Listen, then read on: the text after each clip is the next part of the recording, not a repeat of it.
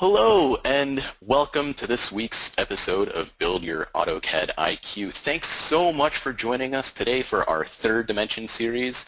Today we're going to be talking about materials. Why? Because materials matter in AutoCAD. We have essentially through materials the means of going from what is an ordinary shape to something that is tangible and has substantially more meaning to us. My name is Alex, and today, along with Victoria, who admittedly is going to be doing the vast majority of this presentation, we'll be going over materials in AutoCAD. Both Victoria and I work in technical support. Victoria works out of our Manchester office and specializes in AutoCAD and AutoCAD LT.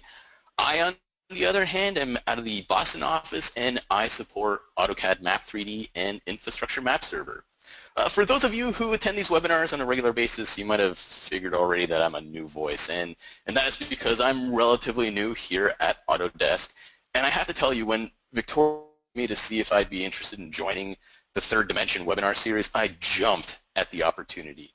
I think this whole idea of reaching out to you guys in this interactive educational way is absolutely fantastic. You guys are also in luck because we also have with us Noman, our expert elite from Westchester, Ohio. We also have Ashley, and the two of them are going to be helping us out in the live chat portion of the webinar. So before we get going, I just wanted to go over some things for those of you that might be new to the whole webinar experience. Feel free to leave questions in the chat window. We do everything we can to answer them all. The session will be recorded.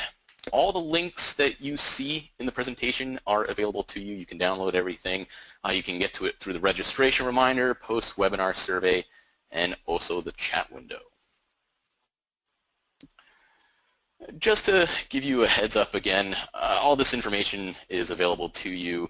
You can download the data sets from the box, and there's a lot of information on this slide, but I think the important thing to take away from this is that this is being recorded and will be made available to you on our YouTube channel shortly after the live presentation. So if you miss something or want to revisit something that we went over, you'll have the opportunity to do this. So here we see we have some upcoming events, and lastly, for those that are interested, we have our Autodesk Customer Council, and this is an opportunity for you guys out there to partner with our AutoCAD development team to help create future releases of AutoCAD by giving us continuous feedback on ideas, design, and you'll have access to early builds. And to join the council, all you have to do is email autocad.beta@autocad.com.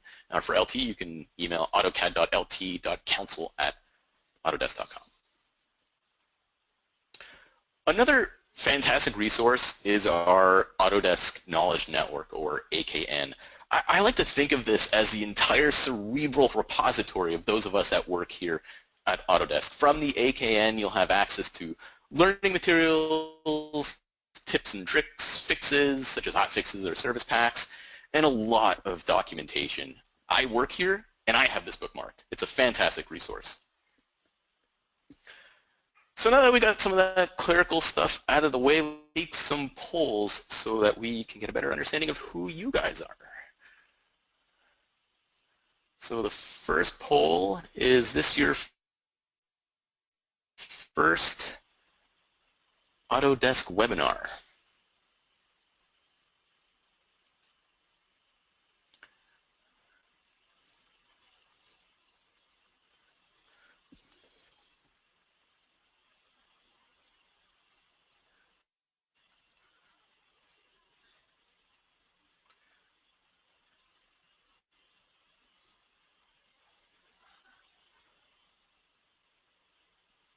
All right.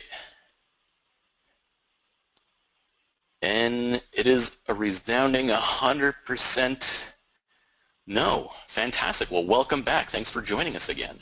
That's the first time I've ever seen that happen. Welcome back, everybody. Yeah, Thanks for joining us. Yeah, that's awesome. All right. Hey Victoria, how do I get to the Click the next hide. poll? Click the hide button. Yeah, there you go. Oh, there we go. All right. Next question is, which AutoCAD-based application do you use? We got our choices of AutoCAD, LT, architecture, a bunch of verticals, including civil, 3D, and map, and other.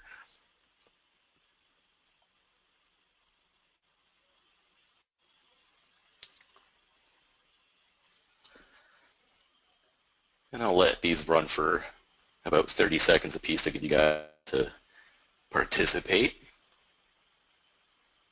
It looks like everyone's done. I'll close this one early. So about 43% of you guys are just using AutoCAD, and some of you are using LT.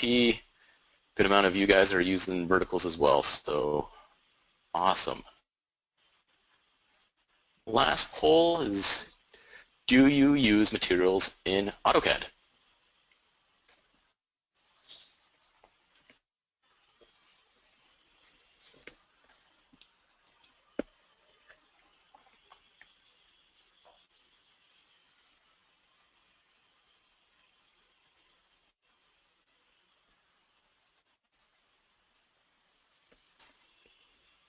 All right.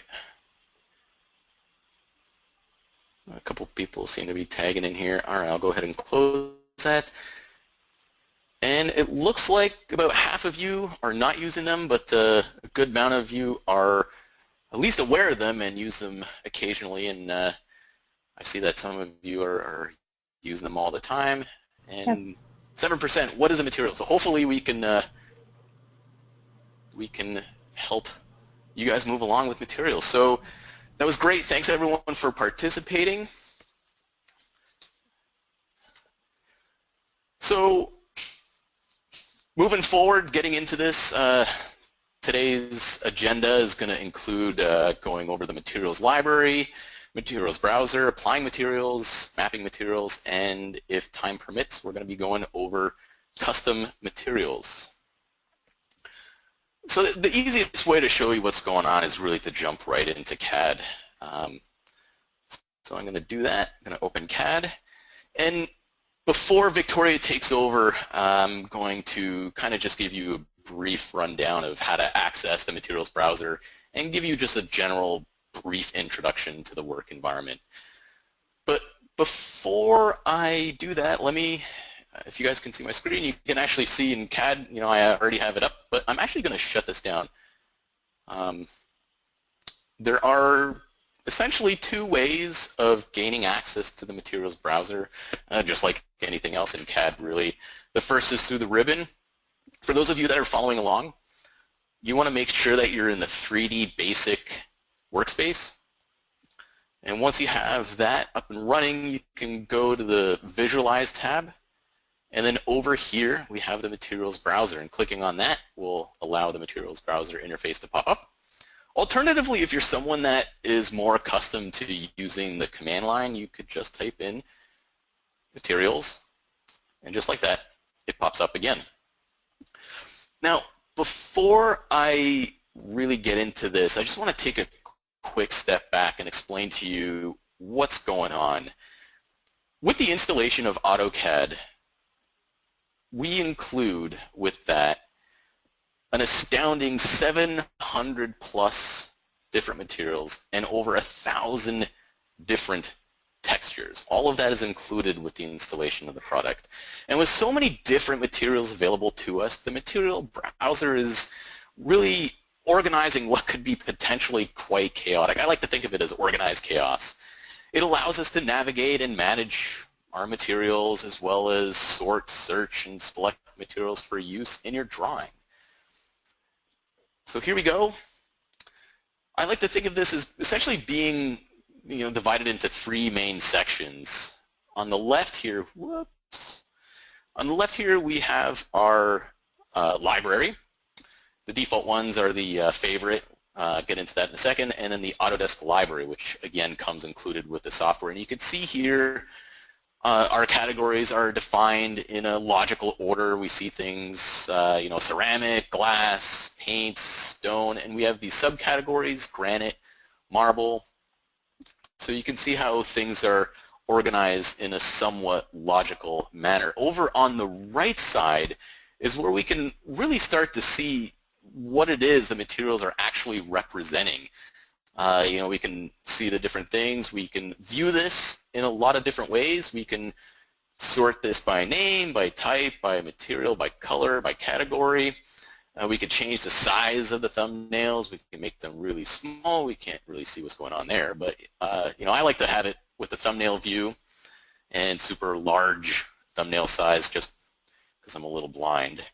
But again, it's allowing us to kind of see the different materials and textures that are available to us. And once we find something that we like, we could just really quickly drag and drop it, and there you go. I mean, it's quite easy to use. Over on the top, you'll see this list here, and this is actually listing those materials that are currently being used in the drawing itself. So if I grabbed another material and put it in there, you'll see that these are the materials that we're using in this actual drawing. If you find yourself wanting to use a handful of materials or textures over and over and over again, what we can do is we can actually populate our favorites, and it's super easy. We just drag and drop the material into our favorites, and there we go. I had a couple in here just for an example, but this is great, especially again if you're just constantly using the same ones over and over again.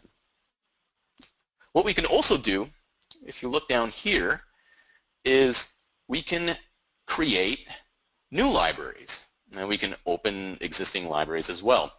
If we create a library, essentially we can put it wherever we want. It's going to be creating this ADSK lib file.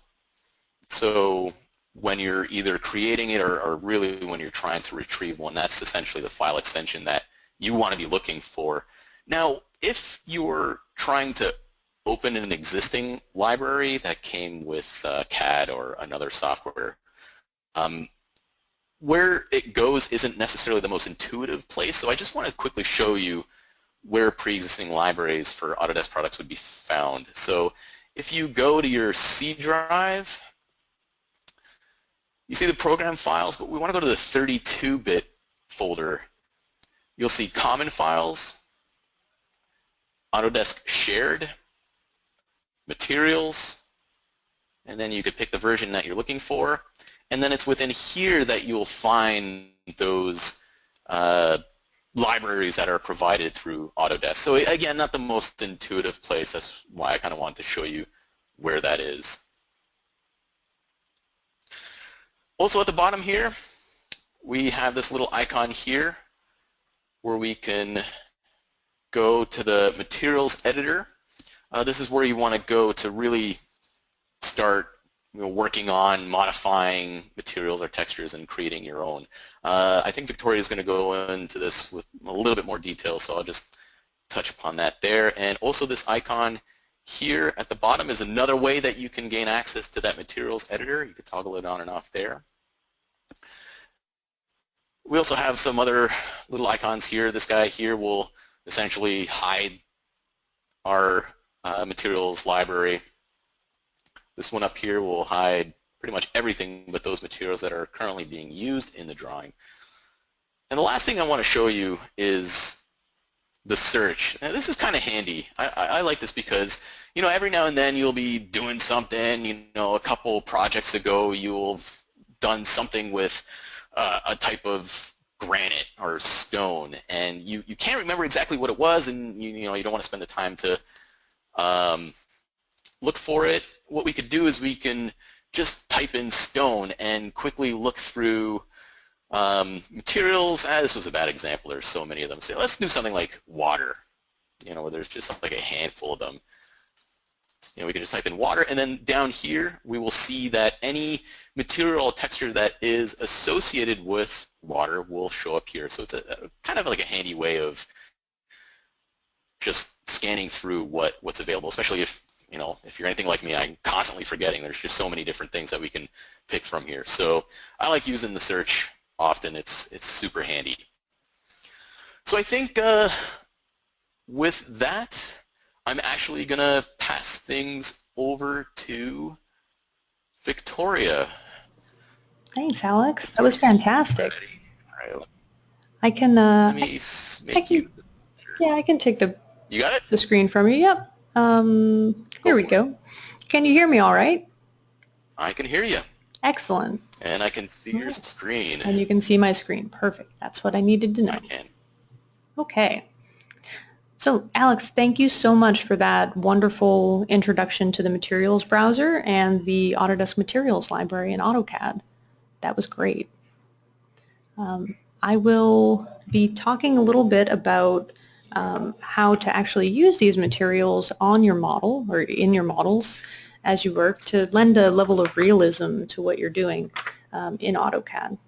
So let me first start by noting that if you're using materials that are from an older version of AutoCAD, there's a neat command that you might want to take note of. It's, sorry, helps if I actually activate the program here. At the command line, I'm going to type in the command for you so that you can see it. And it's is it convold? Oh, I can't find it. Sorry, awkward moment. Con materials. No. C-O-N-V-T.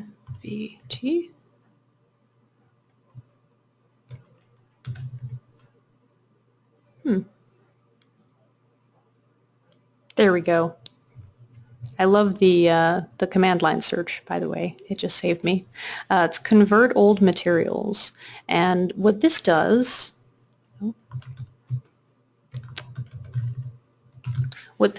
is it converts materials that are from the file format 2010 or earlier to an editable format in the current versions of AutoCAD. And it'll get you better rendering results and makes it available across all Autodesk applications. So if you have some old materials and they're not getting you the results that you have and you can't edit them, use that convert old materials command to bring them forward to the current release. Okay, so with that said, let's move on to how to apply materials in AutoCAD.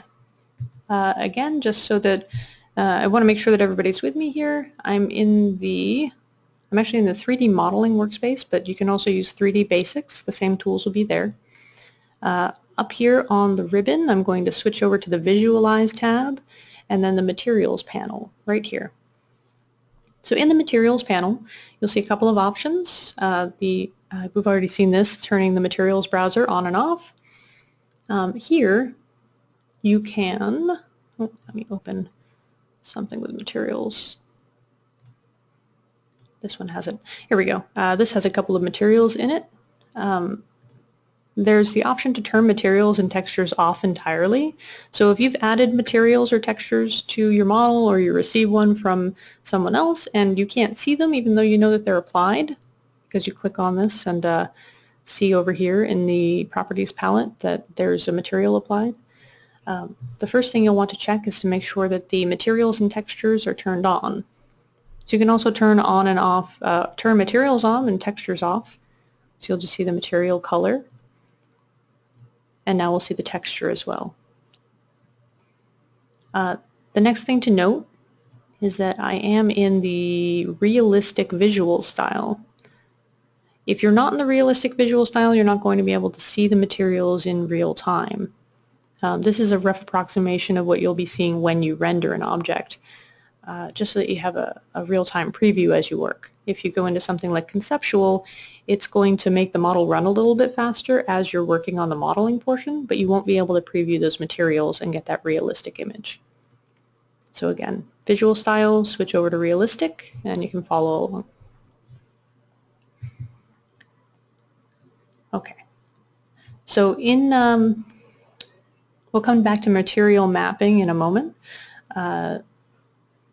We're going to talk about how to attach materials here. So I'm going to switch back to my model. You might recognize this from previous presentations. I'm just going to zoom right in on this table so that we can see what we're working with. Now in my materials library, or my materials browser rather, I've pulled in some materials and customized some materials already. So these are all in the document. If they weren't in the document and I wanted to use them, you can add them to the document quickly. Like if I want to use this Andy Roba, I could pull this in, and you'll notice that it gets added to my document and gets applied as I drag and drop it. Now if I don't like that particular material on the floor there, I can remove it by selecting Remove Materials and just clicking on that object and ending the command. You can drag and drop from your current document materials. So if I want to add a, let's say I'll take this dark gray wood and I'll bring this in and add that material to the table. And I'm just going to bump down the exposure here so that you get a better look at that material here. There we go. Let's say that I don't want to apply this material to the entirety of the table though. Maybe I want to apply it to different faces. I'm holding down Shift and using my middle mouse button and moving the mouse around to 3D orbit. So that's Shift and then middle mouse button. I'm going to zoom right in on that so that you can see the different faces. Let's say I want the edge faces of the table to be a different material than the top.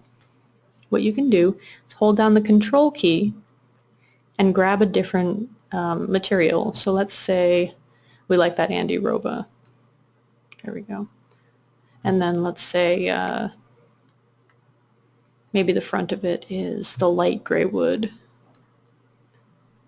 As you hold down Control, this allows you to apply the material to different faces using the sub-object selection. You can also select the hold down Control and select those faces individually using sub-object selection, and then apply by dragging and dropping or by right-clicking the material and saying Assign to Selection.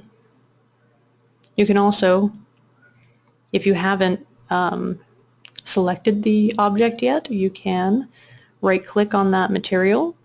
I have nothing selected right now, and choose Select Objects Applied to.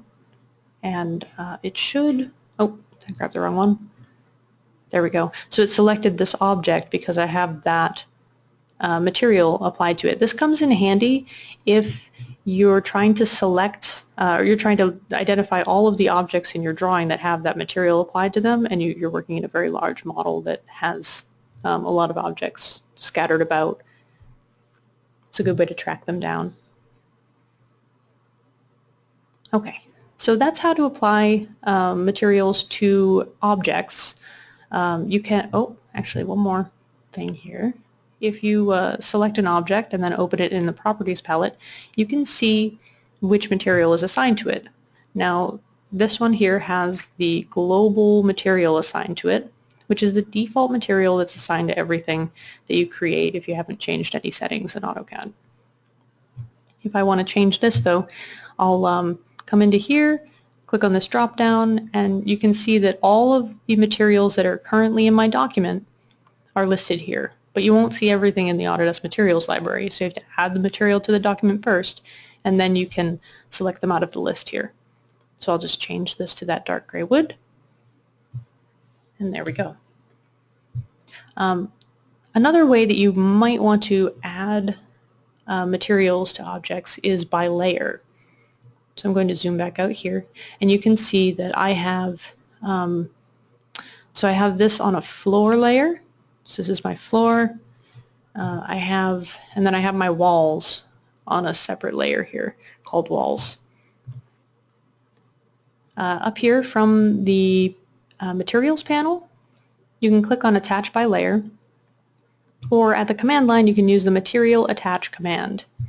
I'm going to use the ribbon option here, but feel free to type that command in to test it out. It'll open up the Material Attachment Options dialog box, and from here, on the left-hand side, you'll see all of the materials that are currently in the document, and on the right-hand side, a list of all of the layers in the document. And then you can drag and drop materials from the material list to the layer that you want them to be associated with. So let's take the walls for instance. I have a brick tan brick material. I'm going to drag this onto my wall, and you'll see tan brick 0 is now assigned to this wall layer. And you'll see the giant red X over here. This lets you remove it. So again, drag and drop, and that goes to my walls. And then we'll take the light gray wood and drag it to my floor. And click OK. And now you'll notice that the floor changed, but the walls did not. So what's going on here? This floor material, this floor object, it's a surface, planar surface, it is assigned to material by layer already. Now, this is not the default when you create an object. If I select the walls, you'll see that they're still assigned that global material. So if I come in here though and change the material from global to by layer, they'll update to that brick material. So if you go into material attach like this and you start dragging and dropping, and then you've got them all set up the way you want them, and you click OK and you find out that, hey, my materials didn't attach. What's going on here? You can use quick select. So Q select, and then select everything on the layer that that's not looking correct to you. So mine was that walls layer. So you can select all. It'll select everything, and then just take a look at the properties and change that material setting to by layer. And it'll show up. There is a system variable to note here. It's the C material. Got that one on the first try. All right, C material is a system variable. I'm just going to hit F. Oh, I was going to hit F1. So that's C material. And if I hit F1, it'll bring this up in the help.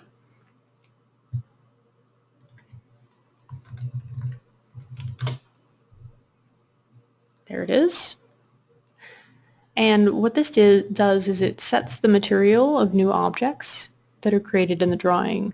So if you intended when you started creating your model that all of your materials would be assigned by layer, then you might want to set this to by layer. So my C material setting, it is by layer. I think I changed them for the presentation here. Okay. So check out that C material system variable after the presentation. All right, so the next thing I'd like to cover is material mapping. And in order to cover material mapping, I would like to, we'll use this one. This is okay. Okay, so here you'll see that I have a material attached that is aligned along this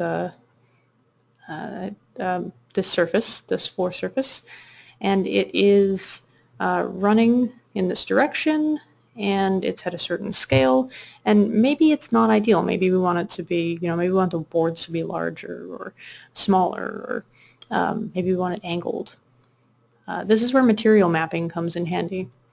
So for planar surfaces, there's a planar material map option. Here are the 4 options. Let me just run through them really quickly. The planar material option is really good for 2D planar surfaces. It's not scaled, it's not distorted unless the surface is curved. And the more the surface is curved, the more you're going to see distortion in that material as it's mapped. The box material mapping option is mapped like a box shape. So if I have something that's more 3D, like a box, like the tabletop there would be a better option for that. It projects the image onto the box instead of directly onto a single surface. And I'll show you what that looks like in a second. There's a spherical option, and this compresses everything at the north and south poles and maps the material around a sphere. And then the cylindrical option maps the material onto a cylinder, and it wraps the edges together, but not the top and the bottom. So let's take a look at the material mapping for a planar surface. There are a couple of editing options here. You can move the location, the starting location of the material. You can scale it using these these hot corners here. You can rotate it. You can reset it to what you originally started with, or you can switch the mapping mode. So let's start by moving it. So we can start here, and we'll say that we want to, oh, I picked the wrong axis. Let's go back. Actually, this is a good opportunity. We'll do material mapping and select planar, and I'll just say reset.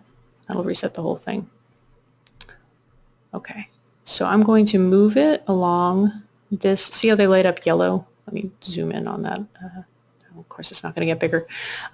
Okay, so the ZX axis, or ZX plane, is what we're going to move along. So here, we'll see it lets us shift in this direction or down in this direction, and you can move it and it shifts it as you go. So I'm just going to select the middle. And if you had a less uniform material, this might come in a little handier than we were seeing here. If I want to scale this, I can just, you'll see it, you can scale in one direction, and you'll see those boards get really close together. If you go the other direction, they'll get wider. You can also scale it uniformly here on both axes. And pull this one, make them longer. So you see that material starts to look a lot different than it did originally. The other thing that you can do here is rotate it, and this brings up the rotate gizmo, and it gives you the option of 3 axes to be able to rotate the material map. So I'll choose this one, this will be the XY axis. I'm rotating around the Z axis actually. And you can kind of pull it and you'll see the material move in real time. And so maybe I want it to map so that it's it's at an angle in the room for some reason. Now let's say I absolutely hate this and I want my original material map back. You can hit reset and it'll snap it back to the original mapping of that material. That's really handy because those adjustments can get out of hand really fast and maybe you just want to start over. You can also switch the mode. I'll show you on a more 3D looking object than this plane how that works. So let's zoom in here. Okay, so here's our table leg. Table leg is a good opportunity to check out material mapping. Let me go in and I'll attach by layer. I'll just grab this dark gray and bring it over to our legs. Say OK. And then Q select by layer. Grab the legs. And I'm just going to change those all to by layer. And now they've got that material on them. Let me shift it around so you can see the material a little bit better, okay? There. Okay.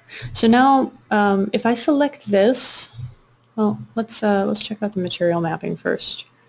You can also enter the material map command if that's helpful. Usually I know which one I want to use though based on the rough shape of the object. So for instance, if I for some reason wanted this to be a planar map, I would just click on that and select the object, and then this gets you a planar surface, or a planar material map rather. This actually looks decent for, oh, of course I'm going the wrong way. Let's apply it to this one as well. And I'll give you a good idea of what this looks like on these legs. So there's what a planar material map looks like.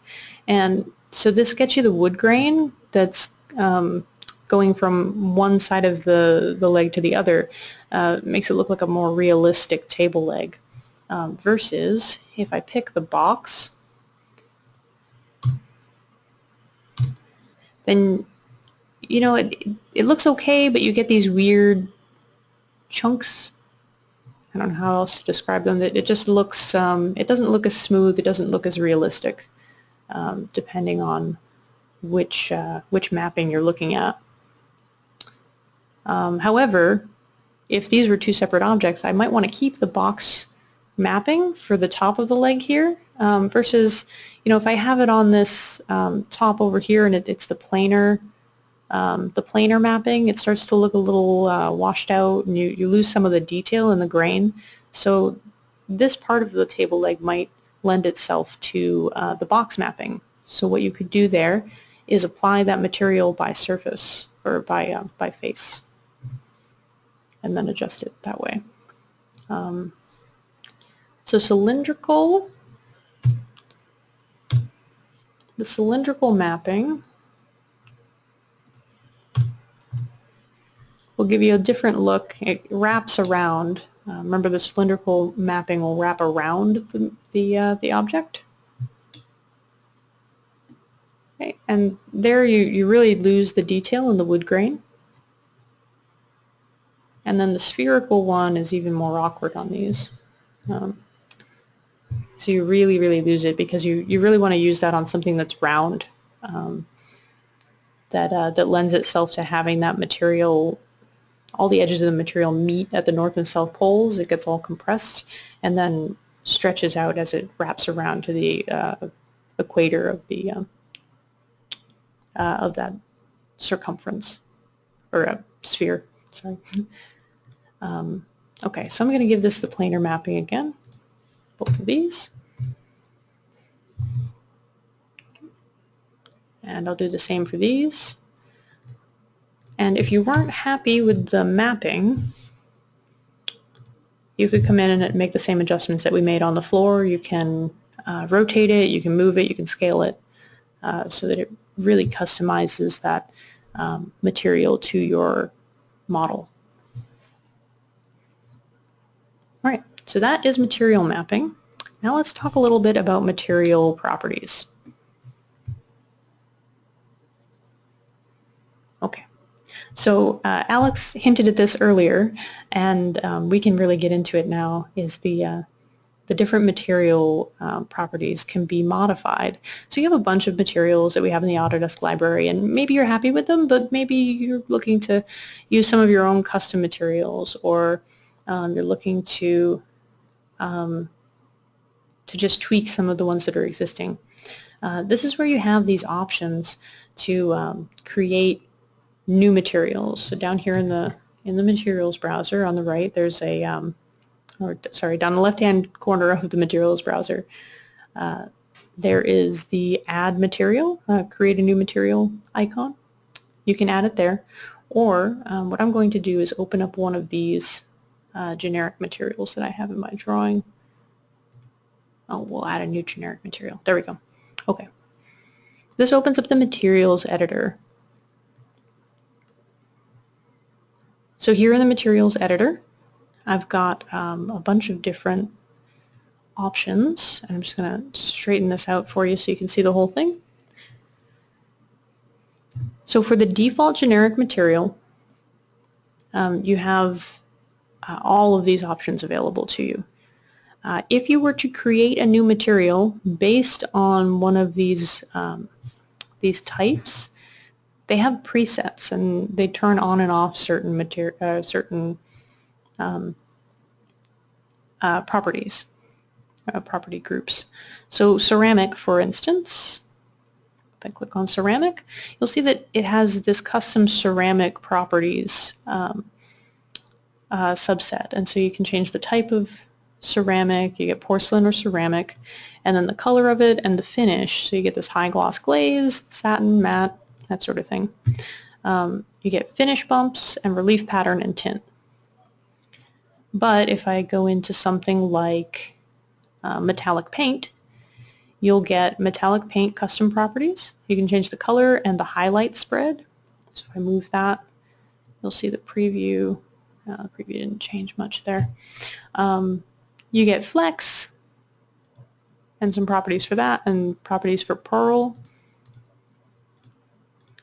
These are reflective properties that are associated with metallic paint but might not be associated with ceramic or wood. The top coat, the tint is available for most things. So if we come into wood, you get options for wood. So you can add a custom image, and if you click on this, it'll open the texture editor. So you have the materials editor, which gives you the ability to edit materials that may or may not have an image associated with them that represents a texture. However, if it does have an image associated with it that represents a texture, you can open the texture editor and edit those properties as well. This is where materials tend to get a little bit complicated. I'm hoping to demystify that a little bit for you today. So with that in mind, let's go back to that generic material. And I'll just show you the rest of these properties quickly. Reflectivity, transparency, cutouts. And I'm not going to take the time to define all of these right now. I'm including them in the script so that you can have a quick reference. But I encourage you to come in and play around with these to see what they do. I'll give you an example by creating a by creating a custom wood material and adjusting some of the settings there. And then if we have time at the end, I might be able to do a luminous material. I'm not sure how we're going to do on time though. Okay, so now I'm going to come over here into the materials in my document and open up this light gray wood because it's a little bit easier to see than the darker one that we put on the table there. So this is the one that's on the floor. So as I make changes to this material, you'll be able to see them in real time because I have the realistic mode, the realistic visual style enabled here in AutoCAD.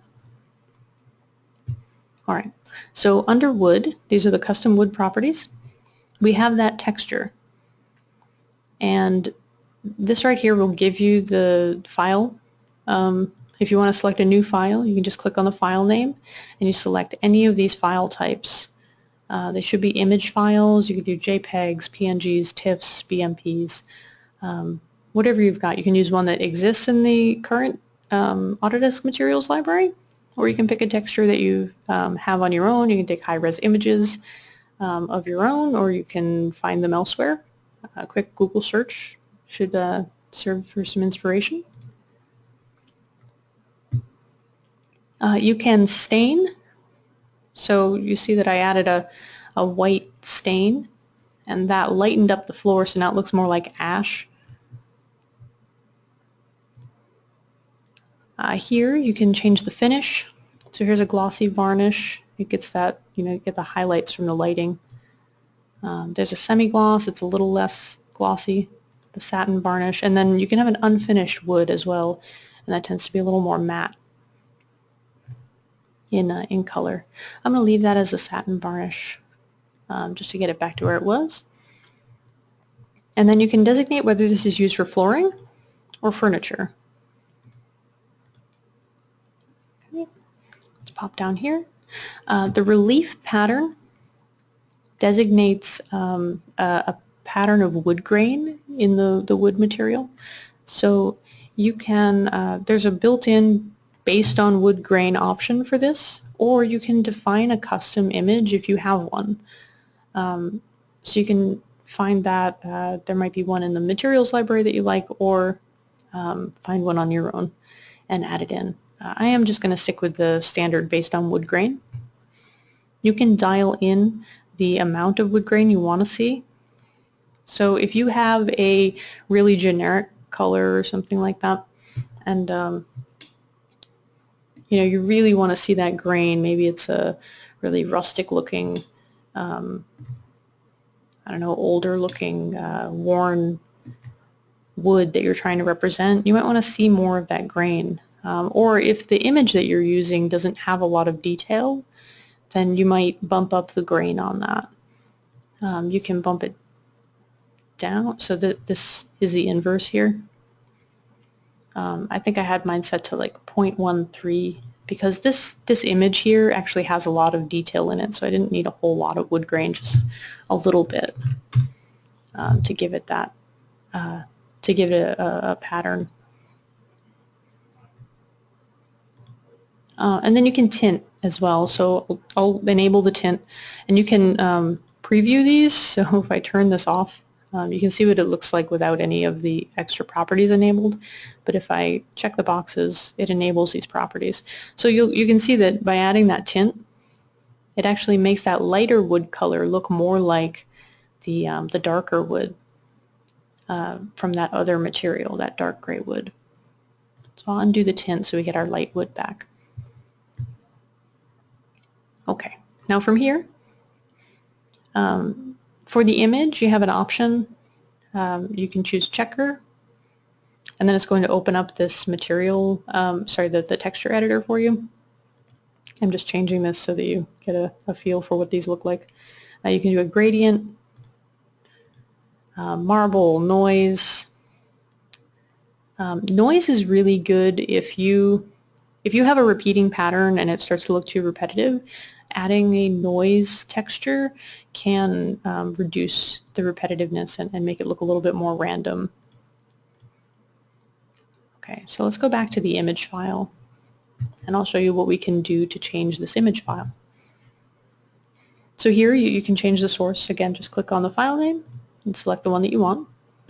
You can adjust the brightness. So this is another way to make that wood look a little bit darker. You can invert the image, gives it like a bluish hue instead of that white. Let's see, for transforms, there are a bunch of different transforms. You can see that these are all nested underneath each other. You can link the texture transforms, and when you do this, any changes that you make to position and scale and the repeat settings down below, those will apply to all the other attributes within the material that's using this texture. Okay, so the offset, watch the image up above here. I don't know if I can make this any bigger. Oh, I can. Okay, perfect. I want to make this large enough that you can see the changes that I'm making. There we go. Oh, come on. There we go. Now we can see everything on one screen. Okay, so watch the image up above as I make the changes here. You can change the offset. Let's say we want to offset this 6 inches in the X direction. Now you see that that bumped over a little bit for the tile repeat. You can link this, which will make the X and Y offsets equal, or you can unlink them and set this back to 0. And you'll see it adjust, and I'm actually going to tuck this over here so you can see that again. Watch the material jump in the background as well. We'll link it again, and you see it shift. Now I'll unlink it, set these to 0, set that one to 0 as well, and you can see it shift around. So if you need to adjust the positioning of this material, you can do that. The rotation here, and this is great, you can preview this in real time in the realistic style, so you don't actually just have to rely on this. You can see your model as it changes as you modify your materials. So I can adjust this by just using the slider, or I can do the manual entry here and say, you know, I want 0 degrees and set it back. Or maybe you want like 45. That gets you the same angle that we tried to achieve earlier by rotating the material map. But this applies it to the entire material, not just that one object. Here, the sample size, I'm going to unlink this. I have my width and height set as set to be linked so that it creates this square tile, but maybe I want these to be a little bit longer, so what I might do is set this to 6 feet. Oh, and of course I did the wrong one. 4 feet. That's 4 inches. 4 feet. There we go. So now I have that longer, maybe the proportions are a little bit better. You know that this is a 4-inch or 4 foot by 6 foot swatch that you pulled the sample for, and maybe that's accurate. The tiling comes in handy. Let me pull this over here for a second. The tiling comes in handy when you want to repeat, but watch what happens if I undo this. You'll see that, oh, yep, there we go. So you'll see that now that that material is just down in the corner there. So the material is just down the corner. It doesn't repeat at all. It just throws that one instance on there of 6 feet by 4 feet, and then it's done. If I tile it in one direction, it'll keep going forever. If I tile it in both directions, it'll keep going forever in both directions. This might come in handy if you have like a wall panel that only needs to be 4 feet high, and it needs to be this one material, and then the top of the wall needs to be something different. Okay, so those are the texture properties in AutoCAD. And if I close my properties palette, then I have my materials, material editor here, and we talked about tint. Okay, and that is everything. So now we have our custom material. Make sure you save it with a unique name so that you remember what it is, and if it's relevant, put it into a category or a type that, well, the type will populate automatically based on which material type you choose down here. But then you can change the category to whatever you want.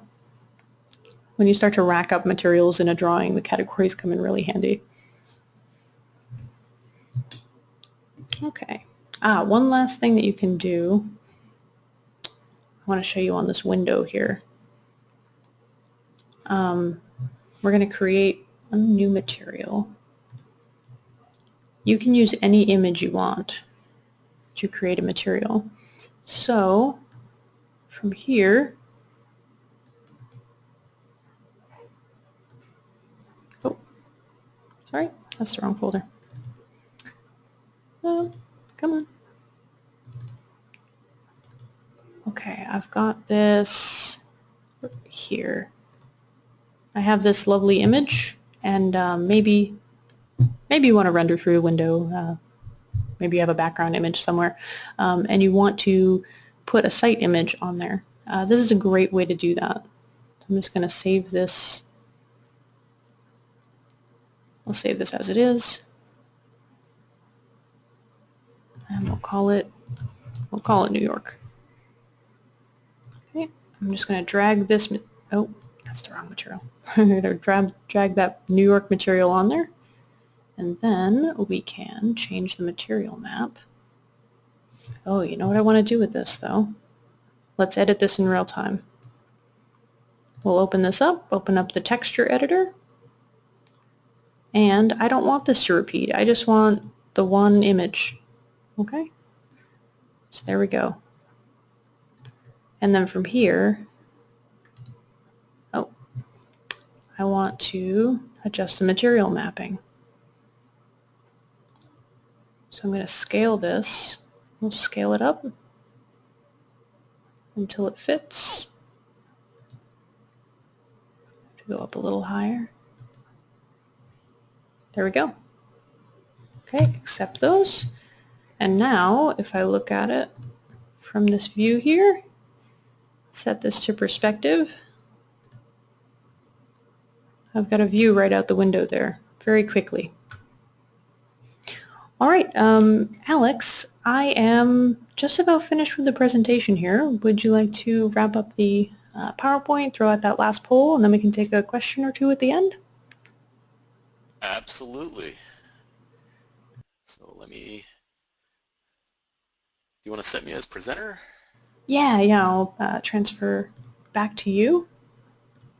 Awesome. There you go. All right, you can see my screen. I can. Awesome.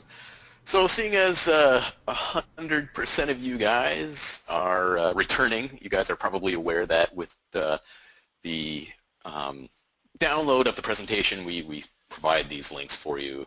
We put together a whole bunch here for you. So take a look at those. Some more documentation is available to you.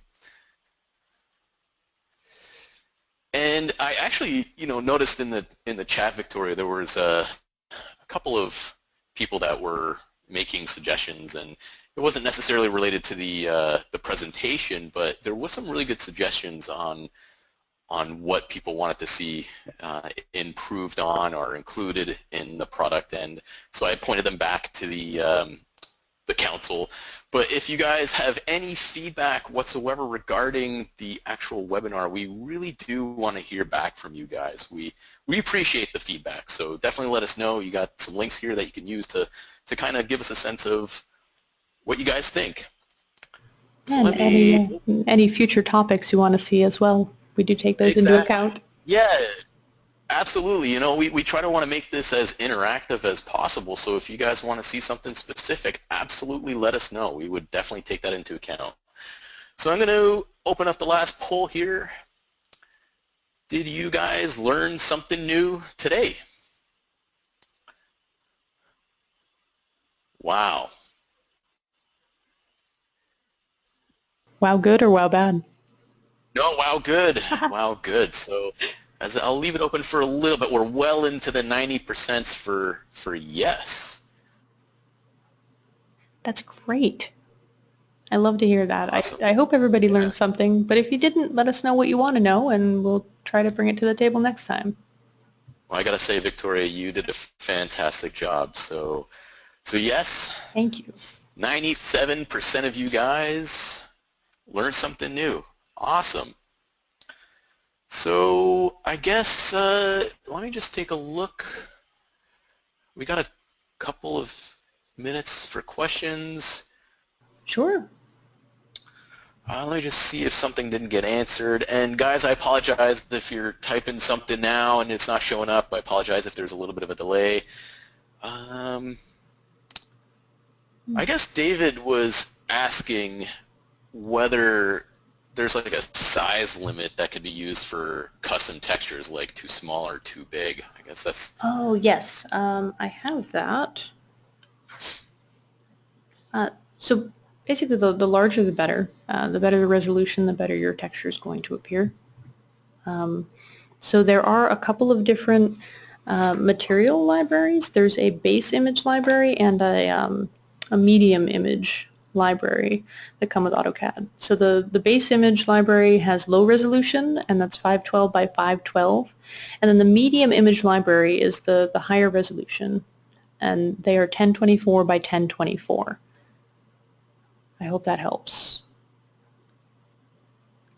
Basically, if you don't have that materials library installed, the first time you enter the render command or render crop, it'll prompt you to download that medium image library.